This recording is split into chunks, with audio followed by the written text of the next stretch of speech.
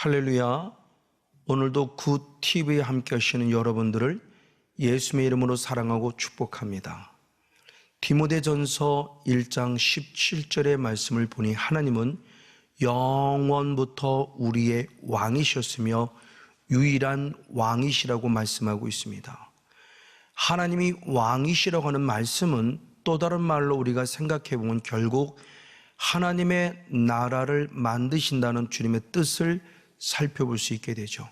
그래서 시편 103편 19절의 말씀에 삼위일체 하나님은 보좌에 앉아 계시며 왕국, 즉 하나님의 나라를 만드시고 만유를 다스리기를 결정하셨음을 성경 안에서 살펴볼 수 있습니다. 이 하나님의 나라를 만드신 하나님은 또한 더불어서 골로새서 1장 16절의 말씀에 눈에 보이는 하늘과 땅을 창조하셨을 뿐만 아니라 눈에 보이지 않는 또 다른 존재, 보좌들 또는 주관자들, 정사들, 권세들, 이를 현대어 성경에서는 말하기를 무엇이라고 표현했는가? 천사들과 영적 존재들을 창조하셨다라고 성경은 말씀하고 있어요. 그 가운데 특별히 눈에 보이는 존재인 사람을 만드셨을 때 그 사람을 창세기 1장 27절 말씀에 하나님의 형상대로 사람을 만드셨다고 말씀합니다. 그럼 중요한 것은 하나님의 형상이 무엇이냐라는 부분이 대단히 중요할 것 같아요. 하나님의 형상은 곧 하나님의 본질을 말할 수 있을 때 요한복음 4장 24절의 말씀에 하나님의 본질은 뭐냐? 영이시다. 그래서 영과 진리로 예배를 받기를 원하신다고 말씀하며 하나님의 본질이 영이라는 사실을 강력하게 표출해 주고 있습니다. 이에 창세기 2장 7절에 흙으로 사람을 만드신 하나님은 그 코에 생기, 하나님의 기운, 하나님의 영을 불어넣어서 그 흙으로 만든 사람을 생명, 살아있는 존재, 생명체로 만들어서 영적인 존재로 창조했음을 분명히 성경은 기록하고 있어요. 이에 바울은 고린도전서 15장 45절의 말씀에 고린도전서는 15장은 부활장인데 부활을 얘기하면서 첫사람 아담은 산영이 됐고 마지막 아담 예수 그리스도는 살려주는 영이다라는 창세기 2장 7절을 인용해서 기록하고 있어요. 즉 삼위일체 하나님은 분명히 우리들에게 살려주는 영이시고 살려주는 영이신 하나님을 통해서 우리들이 산 영이 됐는데 마지막 때에도 우리를 부활할 때 똑같이 부활의 영체로서 우리를 부활시키는 살려주는 영이신 하나님 우리를 산 영으로 만든다고 성경은 분명히 말씀하고 있습니다. 그래서 고린도전서 15장 49절의 말씀에 우리의 육이 육의 형체를 갖고 있듯이 우리의 영도 하늘의 형체를 가지고 있다라고 표현해요. 그 하늘의 형체가 하나님의 형상으로 지음받은 영적 존재를 말하죠. 그 말씀을 대표적으로 확인시켜 준 게 마태복음 17장 2절의 변화산상의 사건이니 예수님이 변화산에 올라가 기도할 때 놀라운 일이 벌어지니 예수님이 변화가 되셨다, 변형이 되셨다. 얼굴이 휘어졌고 그 옷이 휘어졌다고 표현하며 분명히 육으로 있던 예수님이 갑자기 영체로 변화되면서 앞으로 우리가 부활될 때 이렇게 산 영적 존재로 부활된다는 사실을 우리에게 확인시켜주고 있습니다. 이를 통해서 즉 창조의 세계에서 가장 먼저 산 영으로 창조된 우리는 처음 창조될 때부터 감사한 것은 우리는 누구로 창조됐냐? 산 영으로 창조됐다. 즉 구원받은 하나님의 백성으로 창조되었다는 것을 말씀하고 있어요. 이를 원초적 본질이라고 말씀합니다. 자, 이와 같이 하나님의 산 영, 영으로 창조된 오늘 우리들에게 말씀할 때 창세기 2장 17절 말씀에 중요한 말씀 안에 무엇을 말씀하느냐? 너는 다스려야 한다. 그리고 지켜야 한다라고 말씀했어요. 그런데 그 지켜야 한다고 말씀하신 그분께서 창세기장 17절에 다시 한 번 더 말씀할 때 다른 건 먹어도 되지만 선악을 알게 하는 선악과를 먹지 마라. 먹으면 정령 죽는다고 표현해요. 근데 이 죽는다는 원어가 무투인데 앞에 말씀한 정령도 무투라는 원어입니다. 이것은 결국 뭐냐? 죽는다는 것을 상당히 하나님께서 강조하고 있는 거예요. 한 번 죽는다가 아니라 죽는다, 진짜 죽는다고 두 번씩이나 강조한 말씀을 살펴볼 수 있어요. 그런데 우리는 그 결과를 알아요. 그 결과를 알아서 마귀에게 미혹된 아담과 하와는 결국 선악을 알게 하는 나무의 열매를 먹었고, 먹는 순간 말씀은 진리이기에 진리의 말씀 반드시 이루어져야 됩니다. 지금까지는 산 영이 되었으나 이제 그는 죽은 영이 될 수밖에 없어요. 왜? 에덴 동산에서 쫓겨나야만 하기 때문에. 에덴 동산은 하나님의 나라를 예표하는 건데 그로부터 쫓겨난다는 겁니다. 그래서 창세기 3장 23절 24절의 말씀에 에덴 동산에서 쫓겨나는 비참한 모습을 봐요. 이게 말씀이 진리고 진리의 말씀 반드시 이루어진 거예요. 즉 하나님은 우리를 정으로 목회하신 하나님이 아니라 말씀대로 목회를 하시는 분이기 때문에 말씀을 더 정령 죽는다고 약속하셨으니 그 말씀을 이루어 낼 수밖에 없습니다. 그러니까 좋은 말씀만 이루어지는 것이 아니라 우리에게 원치 않는 저주의 말씀도 이루어져야, 신명기 27장, 신명기 28장도 하나님이 직접 하신 말씀이고 그 말씀이 이루어지는 걸 우리가 깨달을 수 있죠. 그걸 잘 고백한 자가 다니엘입니다. 다니엘은 다니엘서 9장 11절 말씀에 우리가 바벨론의 포로가 되는 저주를 받은 것은 모세의 율법에 기록된 대로 이루어졌다고 기록해요. 이건 대단히 중요합니다. 우리가 바벨론의 포로가 된 저주가 된 것은 모세의 율법이 이미 기록된 말씀이 이루어졌다는 것을 다니엘이 스스로 인정하면서 철저히 회개함으로 다시 한번 회복의 은혜를 얻는 것을 말씀 안에 살펴볼 수 있습니다. 이를 통해서 우리는 하나님의 나라는 분명히 빼앗긴다. 언제? 죄를 지을 때. 근데 그 하나님의 나라를 누가 빼앗냐? 하나님이 직접 빼앗는다. 사탄은 하나님의 나라를 빼앗기도록 죄를 짓게 하는 존재고, 그 죄를 지은 우리들에게 말씀이 진리임을 증명하기 위해서 아담과 하와를 쫓아내듯이 지금도 똑같이 우리들의 존재 속에서 어둠의 영에서 죄를 범한 자들에게 하나님의 나라 에덴 동산에서 쫓아내고 있다는 거죠. 그걸 말씀하는 게 마태복음 21장 43절의 말씀이니, 열매를 맺지 아니하는 자에게는 하나님의 나라를 빼앗아서 열매를 맺는 자에게 주신다라는 말씀을 또 우리에게 주온 영적 교훈을 주죠. 이를 예수님은 누구라고 했는가? 누가복음 19장 10절 말씀에 말하기를 나는 이 땅에 잃어버린 자를 찾으러 오셨다 그래요. 잃어버린 자를 찾아 구원하러 오셨다. 우리는 그동안 그 잃어버렸다는 것이 잠깐 길 잃어버리고 잠깐 방황하는 성도들을 생각했고, 그래서 이제 방학 그만하고 빨리 계약하세요라고 권면하기도 했어요.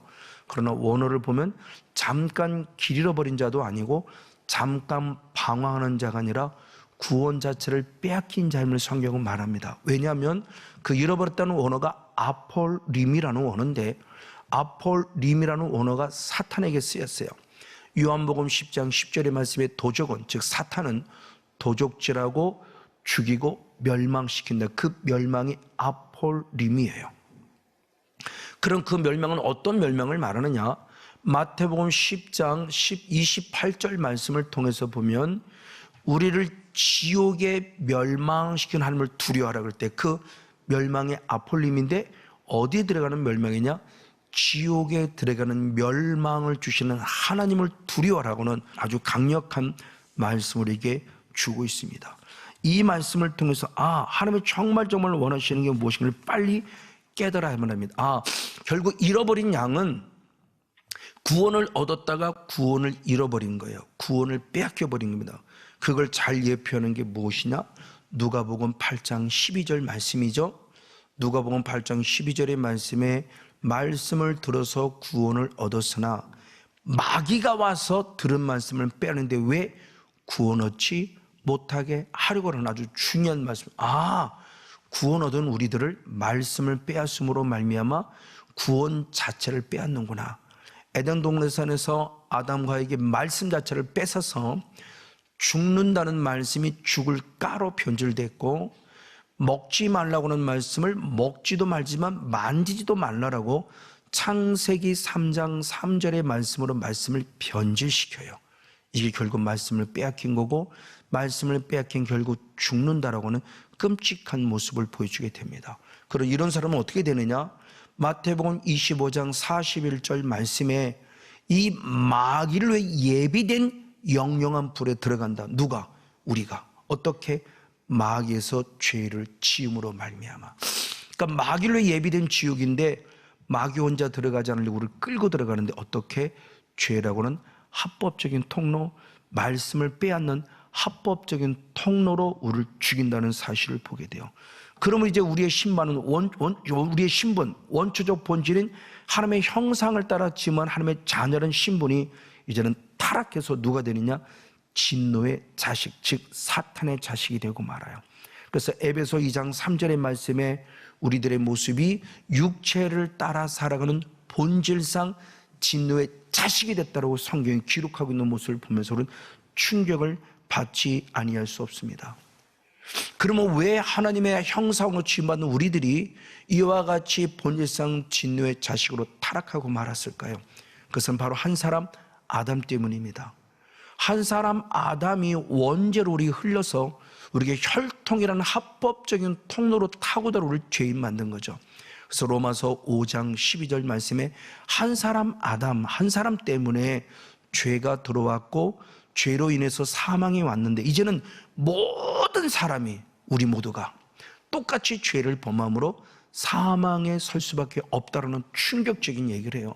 근데 이것이 원죄를 통해 타고드는, 조금 더 근원적으로 보니까 출애굽기 20장 5절 말씀에 보면은 우상을 숭배하는 자들은 질투하신 하나님으로 인해서 하나님이 가장 미워하는 것인데 우상 숭배가 그들에게 3대 4대까지라고 하는 모습을 통해서 3대 4대까지 영성이 흐르는구나.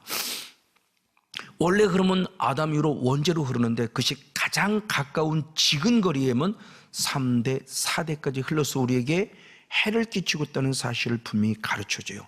이에 베드로는 신약에도 똑같은 말씀을 했으니 베드로전서 1장 18절 말씀에 있을 때 조상으로부터 유전되어 내려오는 망령된 행실이 있다. 그것이 바로 죄성이죠. 이걸 잘 인용한 자가, 이걸 시인한 자는요, 다윗이에요. 다윗은 대단히 안타깝게 음란의 죄를 범했고 음란의 죄를 범한 것을 숨기려고 살인죄를 범합니다. 그래서 나단 선지자를 책망받을 때 그 앞에 고백할 때 이렇게 고백을 합니다. 시편 51편 5절 말씀에 나는 죄 중에 출생했는데 죄 중에 출생한 이유는 어머니 모태로부터 나는 죄를 가졌기 때문이다. 이걸 현대인 성경이 잘 설명했어요. 우리가 좀 더 이해하게 설명할 때 나는 태어날 때부터 죄인으로 태어났다. 그 이유는 뭐냐? 어머니가 나를 뱃속에 뵌 순간부터 죄성을 지니고 있었기 때문이라는 중요해요. 어머니는 이미 죄성을 내게 나를 잉태할 때부터 죄성이 내 안에 있었고 그 죄성을 가지고 태어났기 때문에 나는 태어난 순간부터 죄인으로 태어날 수밖에 없었다는 영적 원리에서 정확히 말해주고 있어요. 그럼 이런 자가 다른 어떻게 살아야 되느냐는 거죠. 그래서 하나님은 에덴 동산을 쫓아낼 때 쫓아내기 전에 은혜를 주셨으니 창세기 3장 21절 말씀에 가죽옷을 입혀주는 은혜를 주셨어요. 즉 우리는 무화과 나뭇잎으로 가르는 자가 아니라 가죽옷을 입혀야. 그 가죽옷은 결국 무엇을 말하느냐? 누군가가 나를 위해 죽은 거죠. 그 누군가가 어떤 짐승. 요한복음 1장 29절의 말씀에 보면 세상죄를 지고 온 하나님의 어린 양, 이 양이 죽었구나. 그래서 피 흘려서 내 죄를 사했고 내게 가죽옷을 입혀주었구나. 그럼 가죽옷을 입혔다는 것은 결국 뭐냐? 갈라디아 3장 27절 말씀에 누구든지 그리스도 합하여 세례를 받는 자는 그리스도로 옷 입느니라. 아멘. 그리스도의 옷을 입혀준 것이 영적 가죽옷을 입혀준 것으로 우리는 분명히 알 수 있어요. 그럼 이렇게 그리스도 옷 입은 자는 어떻게 되냐? 날마다 죄를 지어요. 왜? 다윗처럼. 왜? 우리는 죄성을 가지고 태어났기 때문에 태어나는 순간부터 죄를 보면 죄인이거든요. 그건 죄 문제를 해결하면 예수의 피밖에 없어요. 그래서 가장 먼저는 회개해야 됩니다. 근데 회개로만 끝나면 안 돼요. 마태복음 3장 8절에 회개에 합당한 열매를 맺으랍니다. 왜 열매를 맺어야 할까요? 마태복음 7장 20절에 열매를 보고서야 주님이 나를 안다고 말씀하기 때문에 그래요. 아, 주님이 나를 열매를 통해서 보시고 아는구나.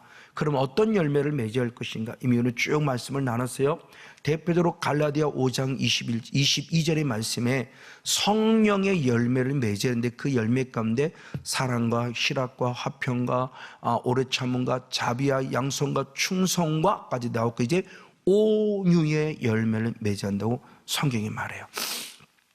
그럼 온유라는 것은 무엇일까? 사전적 의미를 살피면 태성이나 상태나 성격이나 태도나 부드러운 사람을 온유라고 표현합니다. 이건 사전적 의미예요. 근데 성경적 의미를 보면은 조금 더 다른 모습으로 이렇게 말씀했을 때, 특별히 그냥 일반적인 온유가 아니라 누군가가 나를 핍박했을 때, 그 핍박을 당할 때 자기를 철저히 낮추어서 핍박을 하는 자에게 내 부드러움과 나의 따뜻함, 이게 곧 예수의 이 마음을 전달할 줄 아는 자가 온유의 영, 온유의 열매를 맺은 자라고 해요. 즉 나에게 잘하는 자에게 잘하는 건 누구든지 해요. 나를 핍박하고 박해하는 자에게 예수의 마음을 품는 온유한 마음을 내릴 수 있을 때 그게 바로 온유의 열매를 맺는다고 말합니다. 그 온유한 마음은 절대 내 힘으로 될 수 없어요. 그럼 어떻게 되느냐? 내 마음이 강팍하고 완악한 마음이 부드러워진 마음이 되면 성령을 받아야 한다고 성경이 말해요. 대표적으로 에스겔서 38장 26절의 말씀에 보면 새 영을 우리 속에 두고 새 마음을 주어서 강팍하고 완악한 굳은 마음을 제거해버리고 부드러운 마음을 준다고 표현해요. 아멘. 성령님으로만 가능해. 그 성령의 열매가 온유의 마음, 부드러운 마음, 따뜻한 마음을 품게 한다는 거죠.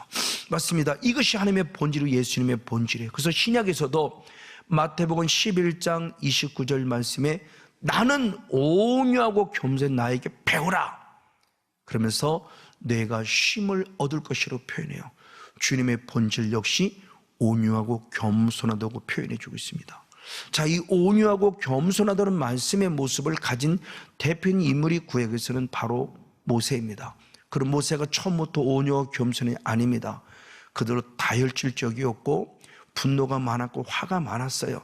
날마다 포로서 눌려 살았으니 그래서 애굽 사람을 돌로 때려 죽이기도 하는 그런 끔찍한 모습을 알고 있어요. 자, 이랬던 모세가 그의 누나 미리암, 그 형 아론이 이방 여인을 아내로 얻었다고 그를 비난하고 판단합니다.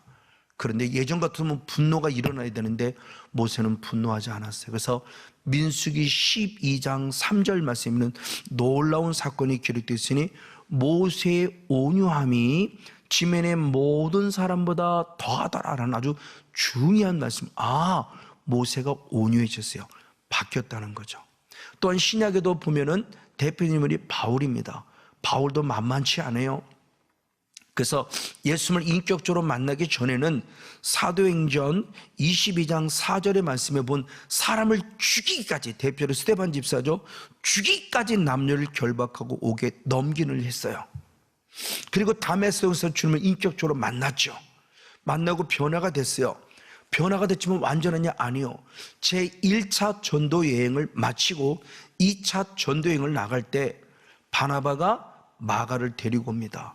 마가를 데리고 올 때 바울은 원하지 않았어요. 그래서 사도행전 15장 37절 39절의 말씀에 바나바와 심하게 다퉜다고 그래요. 심하게 다퉜어요. 온유하지 않아요.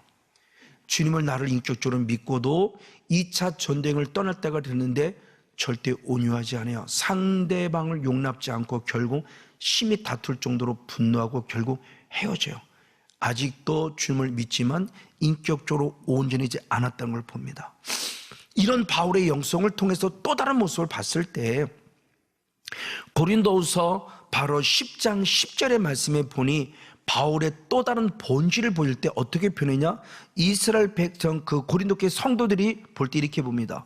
편지로 올 때는 힘이 있고 정말 무서운 존재인 줄 아는데 막상 대면에 보니까 약하고 말이 시원치 않아요. 다시 말하면 몸도 약하고 기도 조그만 하고 그리고 설교를 잘 못해요. 근데 그가 쓴 편지를 보면 와, 큰일 났다, 이제 우리 정말 큰일 났다, 이렇게 생각할 정도로 두려워하고 있었는데 막상 만나고 보니까 아무것도 아닌 거예요. 그래서 바울 알기를 우습게 아는 교회가 바로 고린도 교회입니다. 그래서 그는 스스로 고백하기를, 고린도서 10장 1절 말씀이 그렇게, 상반절의 말씀이 그렇게 고백합니다. 너희를 대하여 대면할 때는 겸비하고, 그리고 떠나 있으면 담대했던 바울의 모습입니다. 그때 그 겸비라는 단어를 개정 성경은 유선함이라고 표현했지만 현대어서는 겁쟁이라고 표현했어요. 즉 약한 자라고 보는 겁니다. 그러니까 고린도 교회 성도들이 바울을 온전하게 보지 않고 약한 자로 보면서 무시했어요. 어느 정도로 무시를 했느냐? 반면에 고린도 후서 11장 20절의 말씀에 보면 거짓 선지자, 그들의 뺨을 때리는 거짓 선지자는 꼼짝도 못하고 용납하면서 온유한 마음을 가지고 다가오는 바울을 이상하게 여기고 무시했던 거예요. 그럴 때 그는 이렇게 표현합니다. 그것이 절대 바보가 아니라 어떻다고 그러는 거냐? 고린도 10장 1절 하반절을 보면은 담대한 나 바울은 이제 온유와 관용으로 너에게 권한다. 그게 온유라는 거예요. 그 온유의 삶은 남들이 볼 때 때로는 바보같이 보일지도 몰라요. 화를 낼 때 화도 안 내고요, 당하기만 해요. 육적으로 보면은 정말 안타까운 모습을 볼 수 있어요. 저 역시도 마찬가지입니다. 지역에서 목사라는 걸 알기 때문에 주차 문제 때문에 싸울 수가 없어요. 그냥 내가 손해보는 게 나아요. 그렇죠? 어쩔 수 없이. 왜? 주님 때문에. 바로 이것이 주님의 마음을 품고 나아가야 될 그런 모습을 보면서 결국 바울은 스스로 고백합니다. 내 육신의 약함이 오히려 영적으로 강해지는 기회가 됐다. 그래서 고린도서 12장 9절 말씀에 능력이 약한 데서 온전해짐이라고 표현함을 통해서 약할 때 강함신 하나님을 찬양하는 모습을 봅니다. 이 영성을 가진 바로 바울은 디모데에게 똑같은 고백을 합니다. 디모데후서 2장 25절 말씀에 너를 거역하는 자를 온유함으로 징계하라 그래요. 가진 영권을 가지고 잘못해서 영적인 갑질을 하는 자가 되지 말고 진정한 목회자는 바로 당하라. 그리고 온유함으로 그들을 징계하라. 그래서 그들을 회개함으로 말미암아 진리를 알게 하는 자가 되라는 아주 충격적인 얘기를 해요. 이게 바울의 영성, 이게 예수님의 영성, 이게 모세의 영성, 여기서는 성건용 목사가 추구해야 될 회개합당한 열매인 온유라는 열매임을 가르쳐줘요. 특별히 이 온유를 통해서 무엇을 할 것이냐? 갈라디아 6장 1절 말씀을 보면 누군가가 범죄했을 때 온유함으로 찾아가서 그런 자를 바로잡아라. 그때 온유한 심령을 내그 심령이 푸념하여, 그러니까 온유의 영을, 성령을 받아서 그들을 권면하여 그들을 바로잡아라. 그리고 자기 자신도 돌아보아서 다시는 시험받지 않게 하는 아주 중요한 말씀을 해요.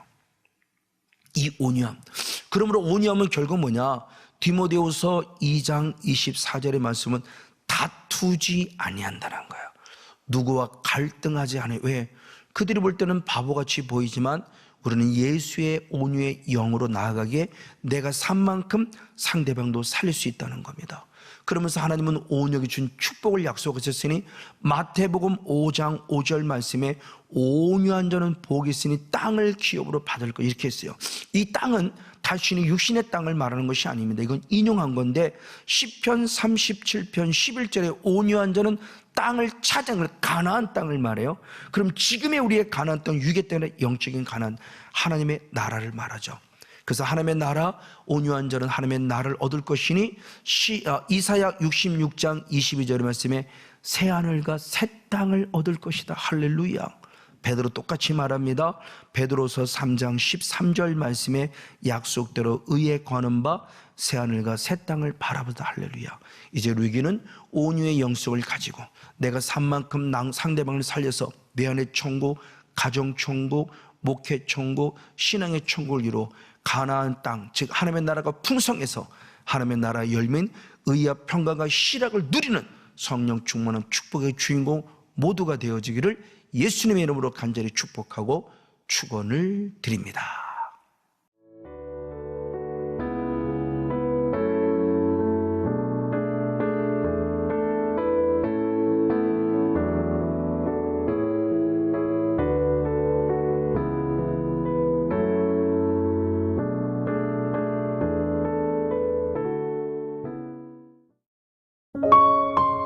GOD Good TV